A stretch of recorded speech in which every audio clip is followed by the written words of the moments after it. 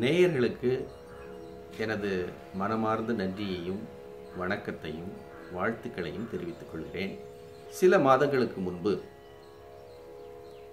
குரு பெயர்ச்சி பலன்களை மகாசிவநாடியின் மூலமாக எடுத்து எழுதி பலன்களை இந்த பதிவின் மூலம் அளித்திருந்தேன். அந்த பதிவு லட்சக்கணக்கான மக்களுக்கு பயனுடையதாக இருந்தது. அவர்கள் கேட்டுக்கொண்டதற்கிணங்க இப்பொழுது நடைபெற இருக்கின்ற இந்த ராகு கேது பெயர்ச்சி பலன்களை மகாசிவநாடியின் மூலமாக எடுத்து எழுதி உங்களுக்கு சொல்ல போகிறேன். இந்த ராகு கேது பெயர்ச்சி என்பது 13/2/2019 இந்த ஆண்டு நிகழவிருக்கிறது. இது கடக ராசியிலிருந்து ராகு மிதுன ராசிக்கும், மகர ராசியிலிருந்து கேது தனுசு ராசிக்கும் வர இருக்கின்றது. பொதுவாகவே இந்த ராகு கேது கிரகங்கள் தீய கிரகங்கள். இது தீய பலன்களைத்தான் தரும், அப்படி என்ற ஒரு சிந்தனையும் மக்களிடையே இருக்கிறது. இந்த ராகு கேதுக்கள் கெடுதலை மட்டும் தருவதில்லை, நிறைய நன்மைகளையும் தருகிறது என்பதை தெரிவித்துக் கொள்கிறேன். இந்த இரண்டு கிரகங்களும் நிழல் கிரகங்கள், அதாவது சூரியனுடைய சந்திரனுடைய நிழல் கிரகங்கள். அப்படி இருக்க இந்த கிரகங்கள் தீமையை மட்டுமே செய்யும் என்பது குறித்து நாம் ஆலோசிக்க வேண்டிய அவசியமில்லை. நிச்சயமாக இவை இந்த கிரகங்கள் ராகு கேது யோகத்தையும் ஞானத்தையும் தர இருக்கின்ற கிரகங்கள், தருகின்ற கிரகங்கள். இந்த பெயர்ச்சி என்னுடைய காலம் 18 மாதங்கள். அதாவது இந்த ராகு பெயர்ச்சிக்கு பிறகு அந்த இடத்துல 18 மாதங்கள் இருக்க போகிறது. ஒவ்வொரு கிரகத்திற்கும் ஒவ்வொரு கால அளவு இருக்கின்றது. அதன்படி பார்க்கும் பொழுது இந்த ராகு கேது 18 மாதங்கள் ஒரு ராசியிலே இருக்க போகுது.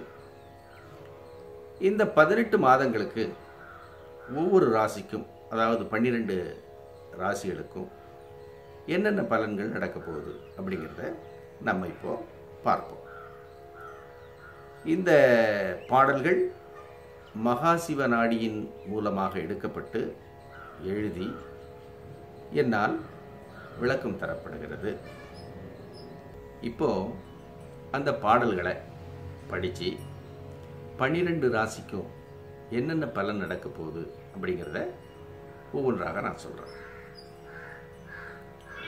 அன்பாலும் அருளாலும் உலகை ஆளும் ஆதிசிவன் அடிதொழுது தேவியானும் இன்பம் பெற மாந்தரலாம் உய்து உய்ய இராகு கேது மாற்றமதின் பலன்கள் தந்து தந்தருள்வீர் ஆசியுடன் அமைதி காண தனித்து கலி கோலமதை அறங்கள் வாழ சுந்தரியாய் எனக் கேட்ட அன்பு தேவி சூட்சுமத்தை அறிவர் சிலர் நிலைக்க தர்மம் தர்மத்தால் தான் இயங்க அருள்வேன் யாவும் தயை ஓங்க தயை ஒன்றால் என எடைய அறிவர் அன்றோ கர்மமதை தான் மாற்றி தனி கழிக்க இன்பம் காட்டிடுவேன் வழிதந்து அன்பு தேவி.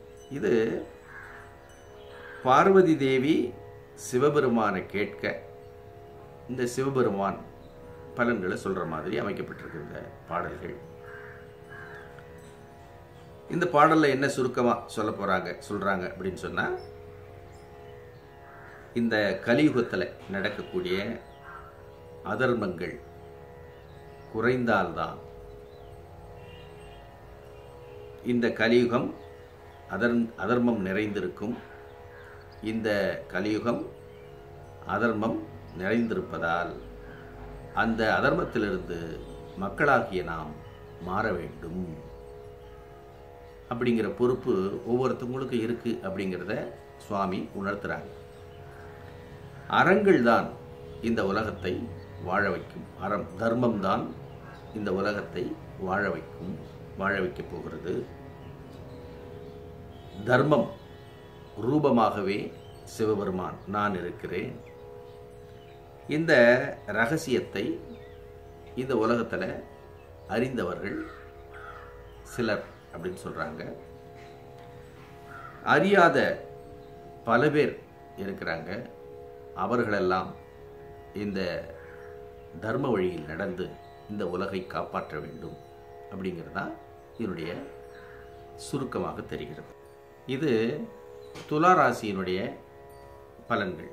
அதாவது துலா ராசியில் பிறந்தவர்களுடைய ராகு கேது பெயர்ச்சியினுடைய பலன்கள்.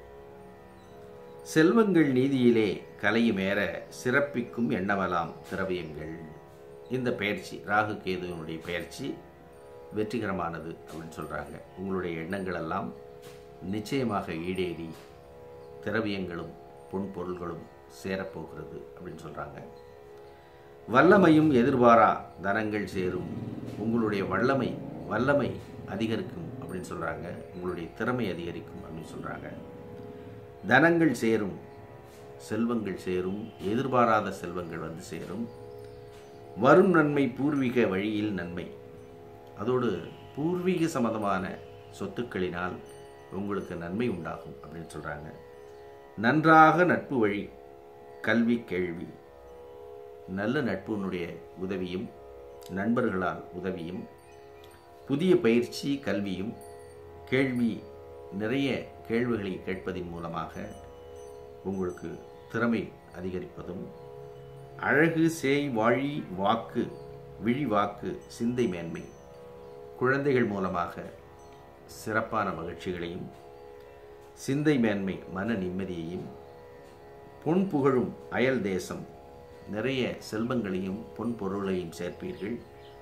அயல் தேசம் நிர்ணயங்கள், வெளிநாடு சம்பந்தப்பட்ட நிர்ணயங்களும், வெளிநாடு அல்லது வெளி மாநில சம்பந்தமான வெளி ஊர் சம்பந்தமான நிர்ணயங்களும் உங்களுக்கு ஏற்படும். பூரிக்கும் உதவியுமே பயணம் வெற்றி. அப்படிப்பட்ட பயணங்களின் மூலமாக உங்களுக்கு பூரிப்பான செய்தியோடு அந்த பயணங்களினால் வெற்றியையும் பெறுவீர்கள். வெற்றியிடை மனைவி வழி உறவினாலே விரிசல்களும் ருணம் குழப்பம். சிறு மனைவியினுடைய மூலமாகவும் சிறு மனைவியினுடைய உறவின் மூலமாக சிறு குழப்பங்கள் உண்டாகி விலகும் அப்படின்னு சொல்கிறாங்க.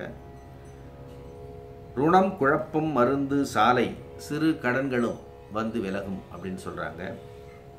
சுற்றி வரும் பழைய கடன்கள் விலகுவதோடு விரயங்கள் கவனம் வேண்டும். சிறு செலவுகளும் உண்டாகி விலகும்.